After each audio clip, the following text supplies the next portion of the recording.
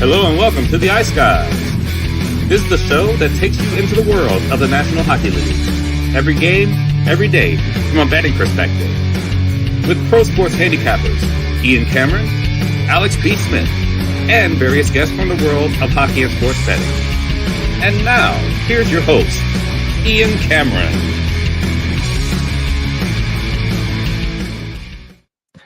Welcome to the Ice Guys, Friday, October 25th. Ian Cameron, Alex B. Smith, working through some internet difficulties, but he'll be back. He'll be here hopefully in a few moments as well. And we are here for 4 games on this Friday NHL slate. And of course, we'll get to those in just a little bit. But first, we'll begin with a look back at a huge Thursday night, a big Thursday night slate, as it always is in the NHL. We look at a few of the marquee games. The Dallas Stars with a nice 5-2 win over the Boston Bruins last night. A very solid win for Dallas. We were waiting for that offensive explosion to happen. We know this team's better offensively than they've shown in a lot of their games, and really they got pretty much everyone involved last night. Matt Duchene on the board. Tyler Seguin back in Boston gets a power play goal. Stankoven and Robertson also with the man advantage, and that's probably the biggest relief of last night's win. Dallas's power play kind of struggling early in the season, not last night. Very, very strong stuff from the Stars with the man advantage, finally showing that, I think, that proficiency we expected they would have. You take penalties against Dallas, they're the type of team that's supposed to make you pay the price for it, and they certainly made Boston pay for it last night. So very nice 5-2 win for Dallas. That was a great game from a betting standpoint for me. Swept the board with that game. First period over, full game over. The system play is just a thing of beauty at this point. We'll get to that more about that in just a moment, but that was part of it. And of course, Dallas with the 5-2 win cashes on the money line as well, which I stuck with, even with Casey DeSmith in net. I said that's a great price for this Dallas team, and they ended up getting the job done. Detroit, how about the Red Wings? Flu bug be damned. They beat the New Jersey Devils 5-3 last night. Very solid performance. It was not a great night from Markstrom or from the Devils in front of their goaltender. Cam Talbot was pretty solid, and 40-20. The Devils doubled the Detroit Red Wings in shots, but not enough were they able to beat Cam Talbot, who again has kind of had this one good game, one bad game start to his season. Very chippy third period as well. Multiple scraps. We had Dillon and Fisher. Kovacevic and Sherratt went at it. There's definitely some animosity between these two teams last night, which was nice to see. And the Red Wings get a nice 5-3 win in that one. We fall short with the Devils team total. We did have a smaller over by Fecta in that game, minimized the damage, which helped. The Minnesota Wild, kudos to them. I mean, 4-2, and they sweep the 2-0, the 2-0 Florida sweep. They sweep the back-to-back games against the Lightning and the Panthers.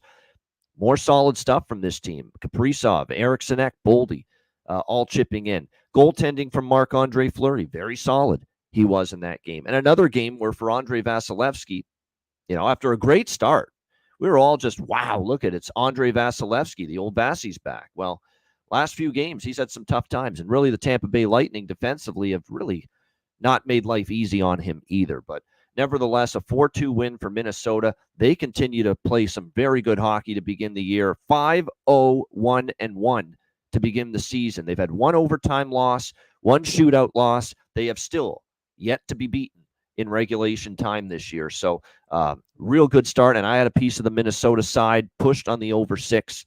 We'll take it. Profit from that game.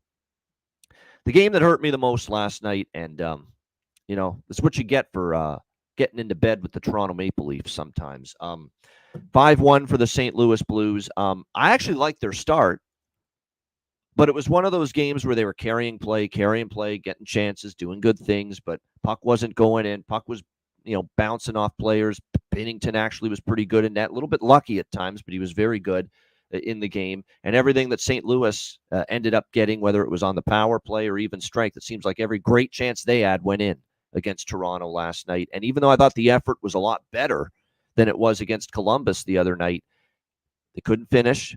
And St. Louis just capitalized on bad puck management, turnovers. Some bad old Leaf habits came to fruition again. Lost coverage, soft in the defensive zone. William Nylander turning it over at the opposing blue line, leading to an odd man rush and a St. Louis goal from Jake Neighbors. Just, stuff that basically the Toronto Maple Leafs have been guilty of in the past. And it's the stuff Craig Berube was brought in to, extricate those kind of tendencies and habits, those bad habits from this Toronto Maple Leafs team. So, I'm not going overboard. It looks bad because it ended up 5-1. Crowd was booing. I thought the compete was there. The effort was there. The execution was not. The finish was not. There was just breakdowns that unfortunately led to goals going in. And let's be honest, it wasn't the best return to net, return to action, return in between the pipes for Joe Woll either. I don't think he had his best game either. So you put it all together, and it was a good win, though, for the St. Louis Blues going on the road 5-1. First 2-game losing streak of the season for the Leafs. And two slumping teams now are going to go at it Saturday night when the Leafs go to Boston to take on the Bruins. So someone's going to bounce out of their current losing streak there.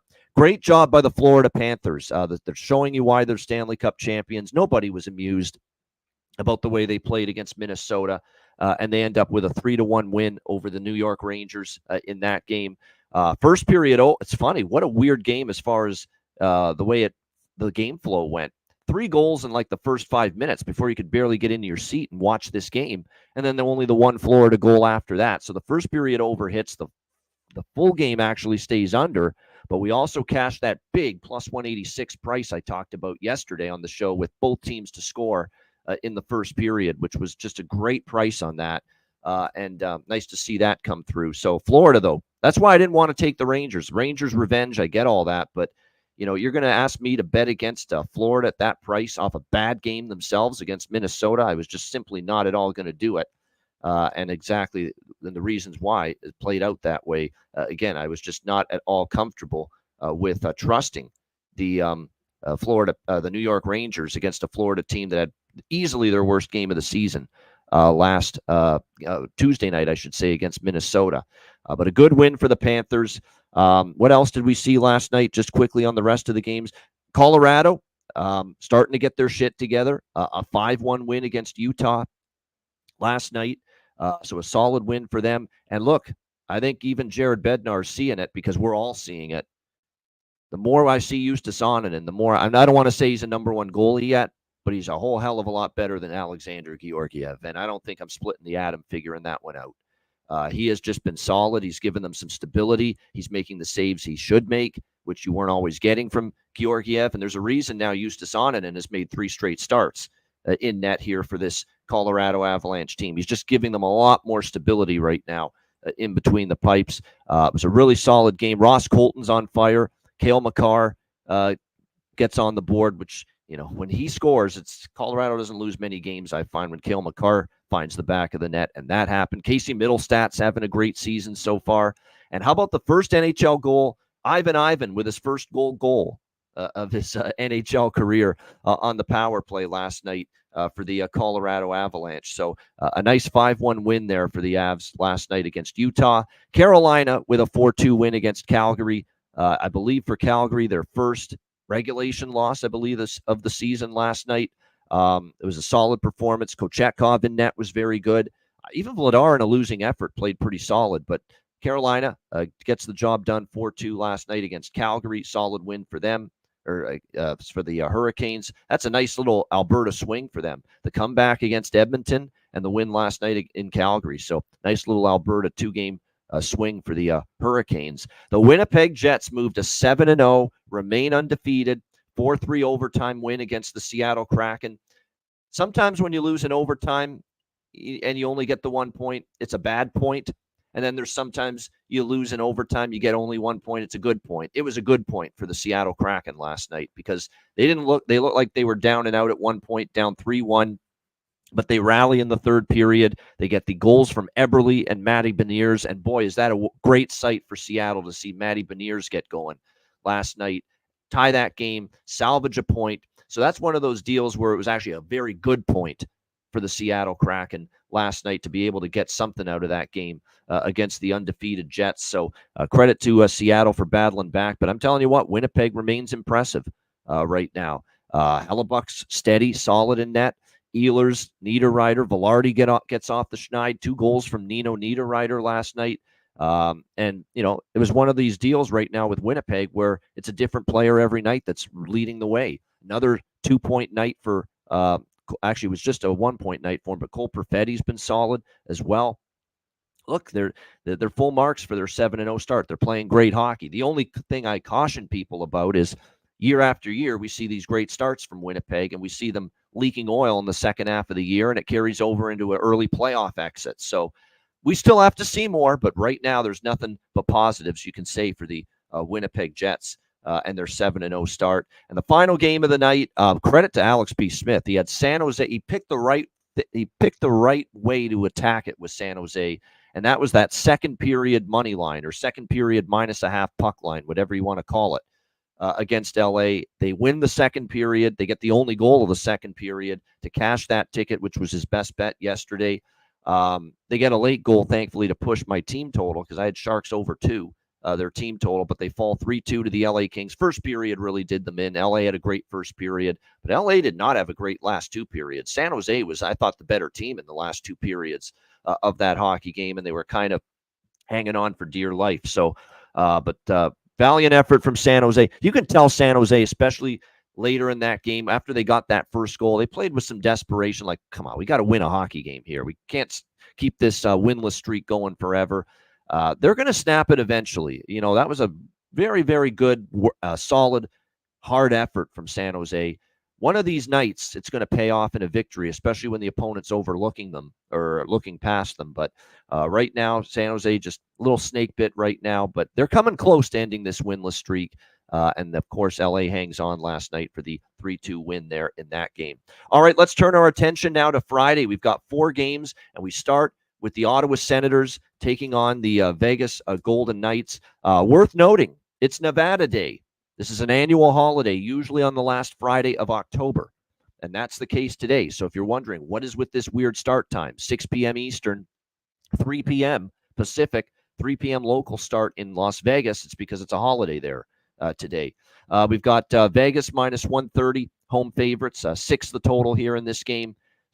What jumps off the page at me is first period over in this game. These are 2 strong first period over trending teams this season. I think when we combine the Senators and the Golden Knights, we are looking at these teams being 11-2 to the first period over this season. They played 13 games combined. They are 11-2 to the first period over combined going into this matchup here against each other. So we'll see how this plays out. Alex is going to join us hopefully in a moment, but I remember his voice ringing true when I think of these early start games that Vegas has played on this Nevada Day in years past, having these frantic starts with a lot of goals.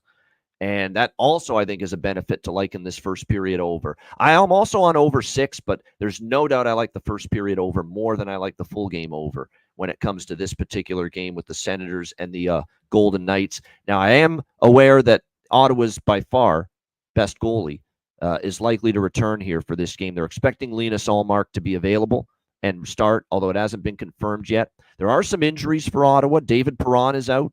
Artem Zub is out. And our guy Parlay Pinto, Shane Pinto, is a game-time decision here for Ottawa in this game. On the flip side, no Victor Olofsson. And, of course, they're still got William Karlsson on IR, but Victor Olofsson looks like he's out. Vegas continues to just be terrific at home. If they can figure their shit out on the road, that's going to be the key. But here at the Fortress, T-Mobile Arena, 4-0 on the year. They've played their best hockey all season here at home. Wins against Colorado, St. Louis, Anaheim, LA, pounding the Kings 6-1 in their last game. But I look at this as a spot where I like first period over for sure. Like I said, Alex isn't here on the show at the moment, but I know he's said in the past that there's first period overs have been big. I remember it was Flyers in Vegas last year on Nevada Day, and I think it was 2-1 after the first period. Full game actually stayed under because Vegas won that game 3-2, but first period flew over the total. So, yeah, I definitely like first period over. A little bit less on the full game. I like the first period over more here when it comes to the Ottawa-Vegas game. I actually like Vegas a little bit here, minus 130. I mean, I get it. You know, they're minus 160 initially. Allmark's going to be back. Allmark is an upgrade from Forsberg. We all know that in net for the Senators, but they're undefeated at home, and you're only laying minus 130. I mean, to me, that's a Vegas. That's Vegas value here, in my opinion, especially because we have seen them play well here on home ice and historically on this holiday home game. So I'll go in with Vegas here, minus 130. Really like the first period over 1.5 and a little bit smaller here on that full game over as well. For the Senators and the Golden Knights. Yeah, Mark Stone against his old team makes sense. I agree. We've talked about that angle quite a bit. That former player wants to play well against his old team, and I think you'll see that here for the Senators. Look, Michael Amadio. I think Michael Amadio is a great bet. Look, he didn't cash in, but he's still on the top line. He's facing his old team as well.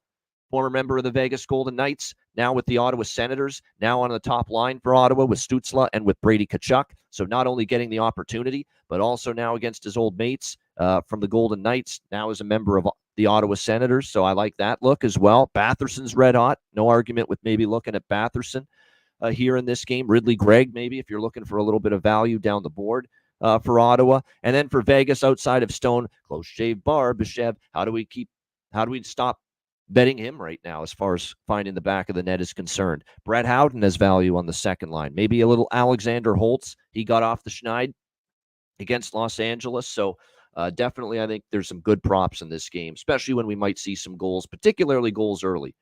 Now, if Ullmark does play, keep in mind, we haven't seen him play since the very beginning of the season. He's been out for the last couple of weeks here. So sometimes you're not sharp when you've been out for a period of time. We like Ullmark as a goalie, there's no doubt, but first start in a while, he may not be at his absolute best. So, yeah, for me, Vegas money line, little full game over.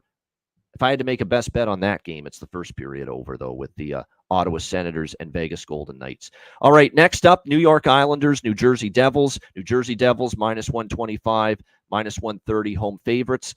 Total 6 shaded to the over in this game. Devils on a back-to-back, but off a loss that they weren't too thrilled about. Sheldon Keefe calling out his goaltending as well. How about that? Did you hear what he said after the game? He says, Markstrom and Allen, the two goalies here, they just got to be better right now for this Devils team. Will they be is the question. Bottom line is here, we've got another system play here, and you know what I'm talking about. Breaking news, system play in effect, and this has been a system that is just, I'm not even thinking twice anymore about it. That's how strong it's been, and we know what the system is. Teams off a shutout loss. Let's just look at last night and how this did. Teams off a shutout loss last night. Dallas, Boston, and Colorado, Utah were the games with this system play in effect. Utah was off a shutout loss. Boston was off a shutout loss. Both of those games went over the total in the first period. It was a 1-1 split with the full game over. But for the entire season now, teams playing off a shutout loss, 11-1 to the first period over. Let me repeat that so it sinks in, so you realize how strong it's been. 11-1 to the first period over this season for teams playing off a shutout loss. 11-1 to the first period over. Now, the full game over is not nearly as successful. It was a 1-1 split last night for teams off a shutout loss. It's now 8-4 for the full game over in those 12 situations with teams off a shutout loss. So it's been a great angle. It's been a casher all season, and we're not even thinking about it. When we see it pop up, team playing off a shutout loss, we hit it. And that's first period over, full game over, and that's exactly what we're doing. And the first period over is probably even stronger because of the results, where the first period over for teams off a shutout loss this season is 11-1, whereas the full game over for teams off a shutout loss is only 8-4. So I would say maybe do a 75 to 25% split favoring the first period over in this game. But I like that. It's just an angle to go with. The Islanders are off a shutout loss, and you try to fix the offense when you're off a shutout loss. You realize, hey, why did we lose that game? Oh, yeah, we didn't score a fucking goal. That's why.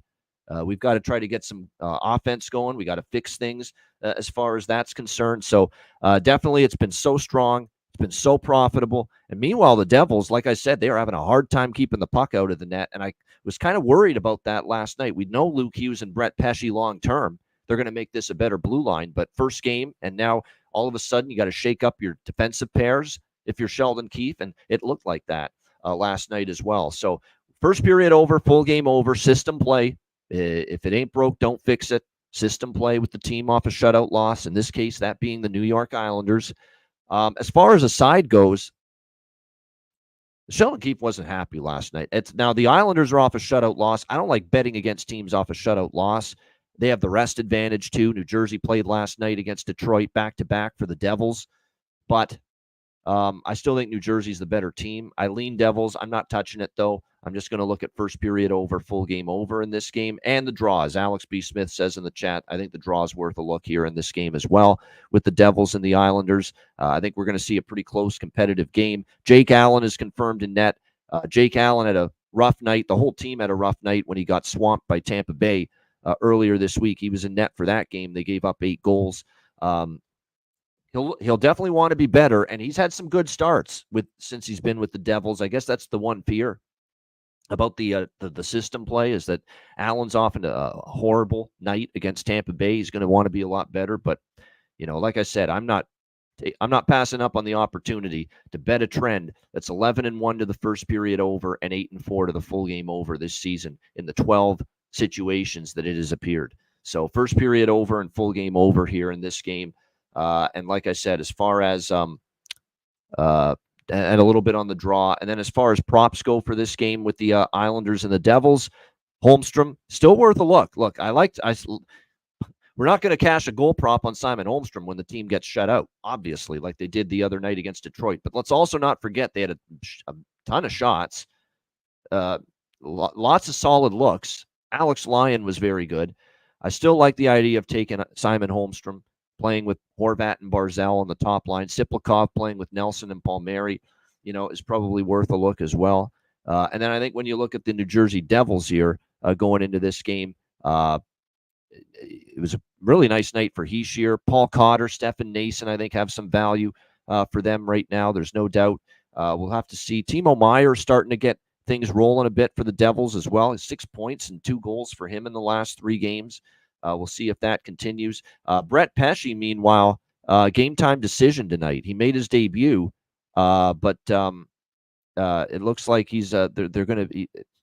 I guess they're taking precautions with him early in the season coming back.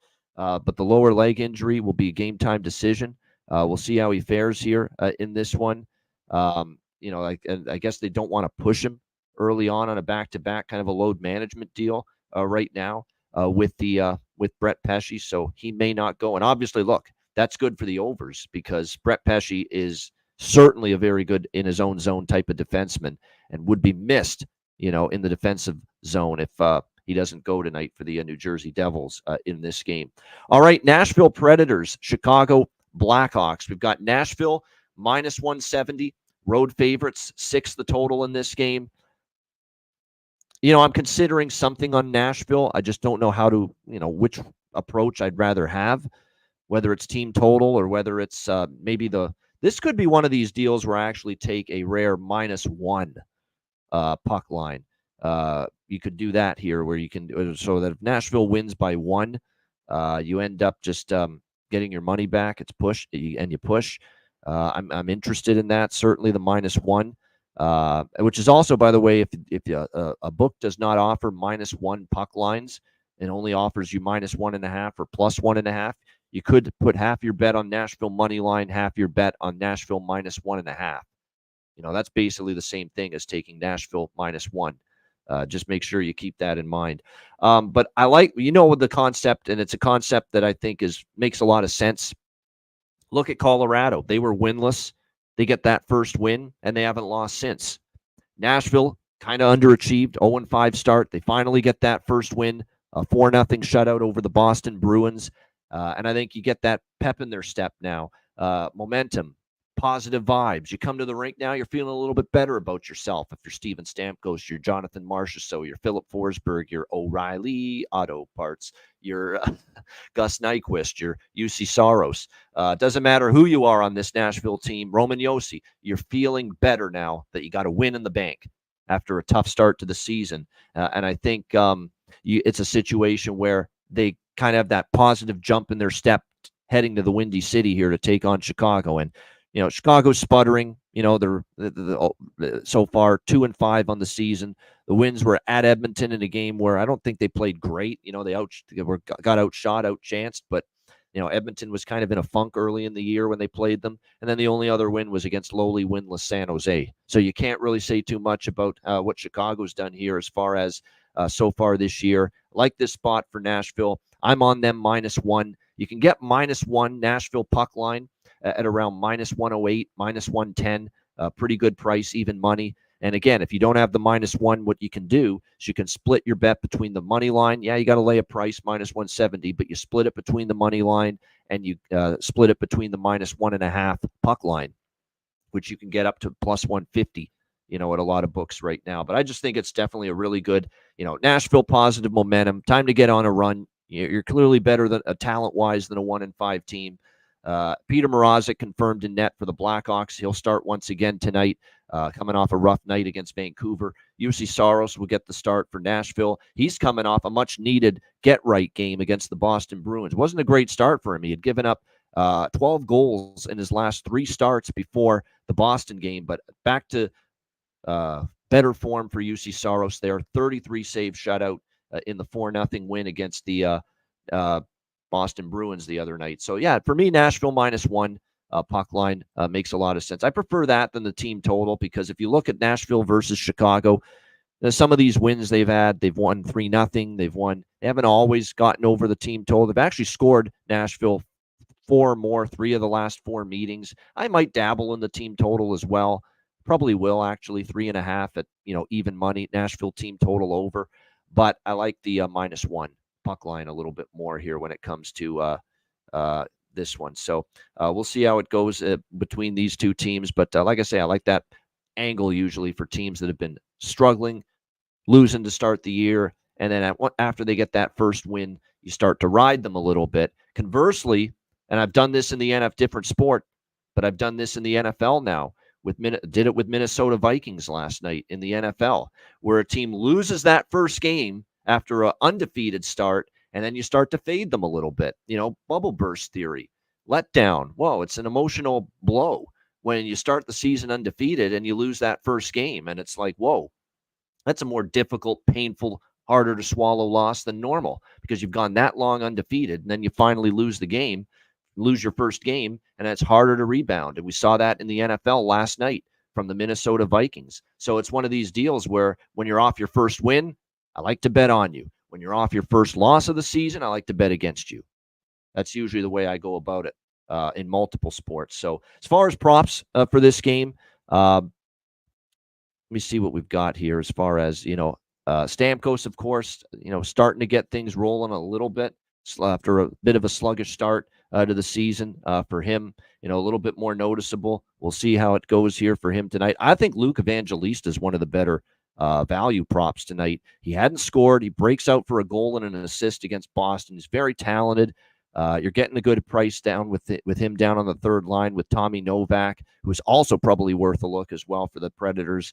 Tommy Novak as well. I think that third line is clearly going to be better than they've shown at times. And Novak still has 3 goals on the season here for the Nashville Predators. So definitely, I think Novak, Evangelista, and that's not to say Forsberg, O'Reilly, and Nyquist can't dominate. And as people in the chat allude to, O'Reilly has had a good run of it in his career against the Chicago Blackhawks. He's on a 4-game point streak, goal and an assist against Boston. So if you're going to look toward O'Reilly Auto Parts and Ryan O'Reilly, it's not that big of it. It's not that bad of an option as well. For Chicago, I still think Nicky Foligno, the captain, is great value with Bedard and Teravainen playing on that top line. I also think Tyler Bertuzzi is someone to keep an eye on. He can be streaky, and all of a sudden, 2 of the last 3 games, he's found the back of the net for the Chicago Blackhawks, and he can be a player that scores in bunches. And Tyler Bertuzzi might be someone you consider as well tonight in this game as far as props to find the back of the net are concerned. All right, we move to the final game of this 4-game Friday night NHL slate. We've got the Pittsburgh Penguins taking on the Edmonton Oilers. We've got Edmonton -220, home favorites in this game. The total sitting at 7, shaded to the under between the Pens and the Oilers. That's right, a 7. I believe this might be our first 7 of the season, as far as totals are concerned here in the NHL. We'll see how this one plays out with the Pens and the Oilers. It's been dominance for the Edmonton Oilers head-to-head, 6 straight wins over the Pittsburgh Penguins. And last year, it was really ugly for the Pittsburgh Penguins. That was in March last year, the 2 games they played against Edmonton. It was when things were falling apart. The team had already basically declared themselves, the Penguins that is, as sellers and weren't going to make the playoffs. And they got absolutely drubbed twice by the Edmonton Oilers, 6-1 in Edmonton. And then Edmonton turned around, went to Pittsburgh, and shut them out 4-0. So 2 pretty ugly losses there for the Pittsburgh Penguins. Pittsburgh, a heartbreaking loss for them. They were up 3-2 in the third, and their miserable defense can't hold a lead. It's been a recurring problem for them. They are having trouble keeping the puck out of their net. 4, 6, 4, 5. The goals allowed by this Pittsburgh team in their last 4 games. They've fallen now to just 3-5 on the season, going into this matchup against Edmonton. And I know I don't want Pittsburgh, but am I running to take Edmonton here? I'm not really. I'm not at this price. I mean, minus 220. This team's got 1 home win on the season, 1-4 here at Rogers Place. And that win at home was against Philly in overtime, by the skin of their teeth, 4-3. Not good. And obviously, they look like they were starting to figure things out. They had that first win against Philly. They go on the road. They beat Nashville, who was in a rut at the time. And now they've dropped back-to-back against Dallas, 4-1 on the road. And that's a sickening loss the other night against Carolina, where you were up comfortably in the third period and can't close, and you end up losing in overtime the game against Carolina. So the idea of saying, yeah, let's take Edmonton here, minus 220, not interested. Even the team total, 3.5. I got to lay minus 160 at some books to take the Oilers over 3.5 team total. That's not what I consider great value. So, and I don't love I certainly think from a Pittsburgh standpoint, we could see goals. You look at the games in Edmonton with these 2 teams, 6-5, 5-2, 5-2, 6-3, 6-1. Those were the scores of the last 5 head-to-head meetings, Penguins versus Oilers here in Edmonton. They've all flown over the total. All of them at least 7 goals. But the total's 7. So what I'm going to do here is I'm going to wait and see if I can get 6.5 or better. I know I will. If we can just give me, if you're Pittsburgh, and even if you're Edmonton, who they haven't exactly been a defensive stalwart start to finish this year, especially early on. They were giving up a lot of goals. They've been a little bit better lately defensively, Edmonton, but they've still been suspect. Just give me a few minutes of scoreless hockey to begin this game tonight, Penguins and Oilers. I beg of you, just give me a couple minutes of scoreless hockey, and we'll clearly be able to get a 6.5 at a decent price in game. That's going to be the approach for me, and probably a better price with the first period over. Can't touch that either, as far as I'm concerned, with the pregame, at least with the juice you got to lay. Minus 170. I'm even seeing as high as minus 190 for first period over in this Penguins and Oilers game. So we'll see how this one goes. But like I said, I'll wait for in-game. I'm not touching it. I'm never going to be looking to bet an over at 7 anymore pregame. Not in this day and age where we can get a couple minutes of scoreless hockey and then be able to get 6.5 or less as far as the total is concerned. So I don't have a lot in this game pregame. Other than, you know what I might do? Might sprinkle on the draw. Edmonton's gone to overtime 2 of the last 4 games. Pittsburgh's gone to overtime or shootout 2 of the last 4 games. And I don't know if any of these teams right now are great enough to separate from the other. So I think there's a chance this is competitive and we might get this game beyond regulation. So maybe a little bit to the draw. And other than that, we'll look at props. Pittsburgh, I would consider. Drew O'Connor looks to be back with Crosby and Rust. I really like that as far as a Drew O'Connor prop, playing with number 87 again on the top line for the Pittsburgh Penguins. Beauvillier's been bumped down. I think that's long overdue by Mike Sullivan to do that. For Edmonton, look, they've had a lot. Zach Hyman, it's pretty shocking that we're still waiting for his first goal. We're still waiting for his first point of the season for the Edmonton Oilers. So pretty surprising. Victor Arvidsson, someone that was supposed to boost this team, he's got goose eggs. He has no goals, no points either for the Edmonton Oilers so far this year. So it's just they need more from those guys. You didn't bring in Arvidsson to not produce. Arvidsson's an offensive player. If he doesn't do that for you, what good is he to you? So you need more from those players. There's no question about it. They've got to start delivering some offense, but I think that's the part. We know Edmonton's had their shaky moments this year defensively, and we know that same with the goaltending. But I think I know we didn't expect a lot of people these kind of struggles from some of these players offensively, like Arvidsson, who's been a good goal scorer in this league, albeit injury-riddled recent years, still a very good goal scorer. We certainly did not expect a guy that had well over 50 goals last year in Zach Hyman to be through 7 games without a goddamn point. Nothing. 0 goals, 0. It's like Sam Mitchell of the Raptors years ago when he coached them. I've got guys with the stat line 0, 0, 0, 0, 0. That's what you got for some of these guys right now on the Edmonton Oilers, including Zach Hyman. But like I said, they need to step up. There's no question. Who else? There's someone else I think notable. Those are the main two that don't have any points yet. Arvidsson and Hyman. You need more from them.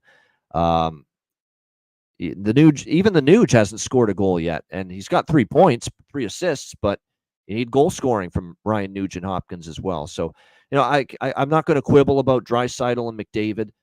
They both have 3 goals. McDavid 8 points, Draisaitl 6 points in the first 7 games. I'm not going to quibble about their play, but maybe this is a spot for I feel it too. I feel it too that Arvidsson, a second line, going to get more power play looks apparently from Chris Knobloch here in this game. This feels like value on Arvidsson, even though he has yet to produce this season. I don't always like doing that. Usually I like to bet on props for players are producing. They are in great form. But, to be able to get +8, to be able to get, plus 290 on him to score a goal tonight, the price is getting a little bit better. It's almost bargain bin worthy. To get a point is down to even money. You could do worse than that, as far as Victor Arvidsson is concerned. David Shelton. Now, David Shelton is someone that is a great viewer, and he's been putting parlays together with some of these props and hitting them and cashing them. He says maybe look toward Adam Henrique, the veteran here for the Edmonton Oilers. He's upwards of plus 480 to score a goal. So David Shelton liking Adam Henrique, who, by the way, does have 1 goal on the season here for the Edmonton Oilers, which came against Philadelphia in their one previous home win earlier this year. All right, great stuff. Shout out to everyone in the chat. Hit the like button. Appreciate it very much.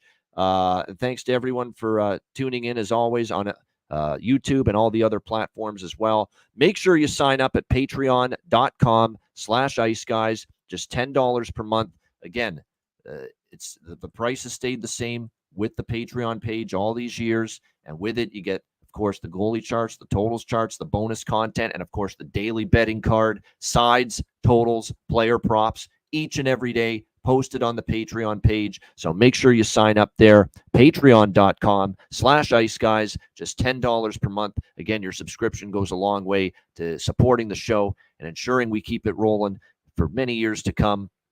So we appreciate your support and your patronage there. $10 per month, patreon.com/iceguys. And make sure you check out the Ice Guys store as well. Everything in stock right now. T-shirts, caps, hoodies, you name it. Great merch for the Ice Guys. Check it out, iceguys.myspreadshop.com. All right, we will be back in just a moment with Bargain Bin Special of the night and best bets coming up right after we hear from our great sponsors.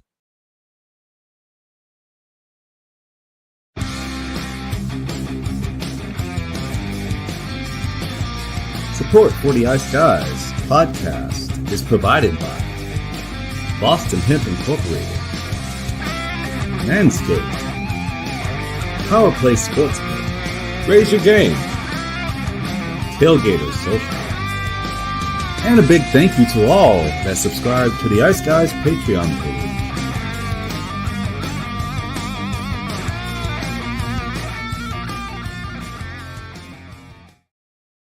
Everyone loves a perfect pair. Bacon and eggs. Thunder and lightning. Mario and Luigi. A hot dog with fries. Ian and Alex B. That's right. Everyone loves a perfect pair. So why not pair up your game nights with Boston Hemp? From exotic flower to concentrates and edible products. You'd be hard-pressed to find a better pairing than Boston Hemp and hockey. Check them out today at bostonhempinc.com. That's bostonhempinc.com.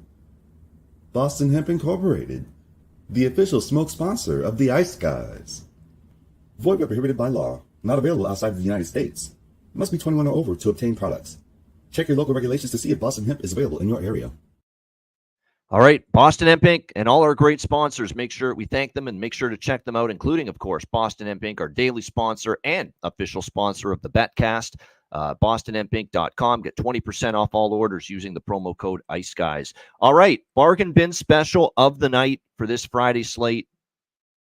There's a lot of good stuff, a lot of options out there as far as player props for tonight. I'm going to go to the first game off the board, the Ottawa-Vegas game, and I am taking it to Michael Amadio for the Ottawa Senators against his old team, the Vegas Golden Knights. Top line with Stützle and Tkachuk.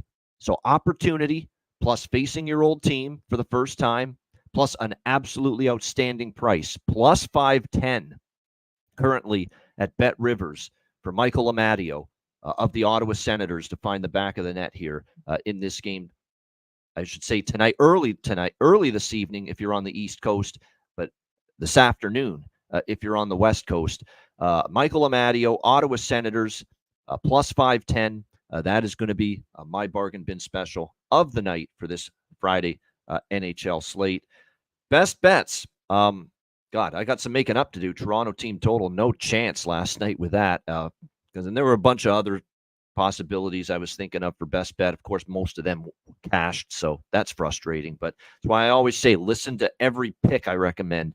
Best bet's not going to hit all the time, especially when there's not much differentiation between bet size with a lot of the plays for me on a nightly basis. But let's see if we can get one here. Best bet, 11-1 first period over for teams off a shutout loss. It's been great. Let's do a rare first period over. And look, I think Ottawa, Vegas. You know what? In fact, let's give you two best bets. I don't want to choose between them. I like them both. We're giving you two. That's right. Two first period over best bets. I'm turning into Alex today since he's not on the show today. I'll be Alex here on the show today. Two first period over best bets. Ottawa, Vegas, over 1.5, minus 135 first period. And New York Islanders, New Jersey, over 1.5 first period. Also around the same price, minus 130, minus 135 is what we're looking at. I like it. Two first period over best bets for me. I think we got a chance to go 2-0. I like them a lot. Senators, Golden Knights, over 1.5, minus 130 first period. Islanders, Devils, over 1.5, minus 135 first period. And again, that Islanders, Devils first period over is the shutout loss angle, which is 11-1 first period overs this season in 12 situations. All right, that's a wrap. Shout out to everyone in the chat. Hit the like button. We appreciate it very much. And that's a wrap for this Friday NHL slate. We're back tomorrow, noon Eastern, 11 a.m. Central. Me, Alex B. Smith, and our Saturday contributor and guest, Calder Brooks, back in the house tomorrow as well to break down the Saturday slate. Looking forward to it. A reminder, the Ice Guys is live 7 days a week, Monday to Friday. 2 p.m. Eastern, Saturday and Sunday, noon Eastern. If you can't watch the show live, download the Ice Guys podcast in audio form on all major podcast platforms, Google Podcasts, Apple Podcasts, Spotify, Stitcher, iHeartRadio, Amazon Music, and more. Download the Ice Guys podcast when you can't watch the show live. I'm Ian Cameron. Have a great Friday night. Enjoy the games and good luck. And we will be back with you tomorrow on Saturday for another edition of the Ice Guys.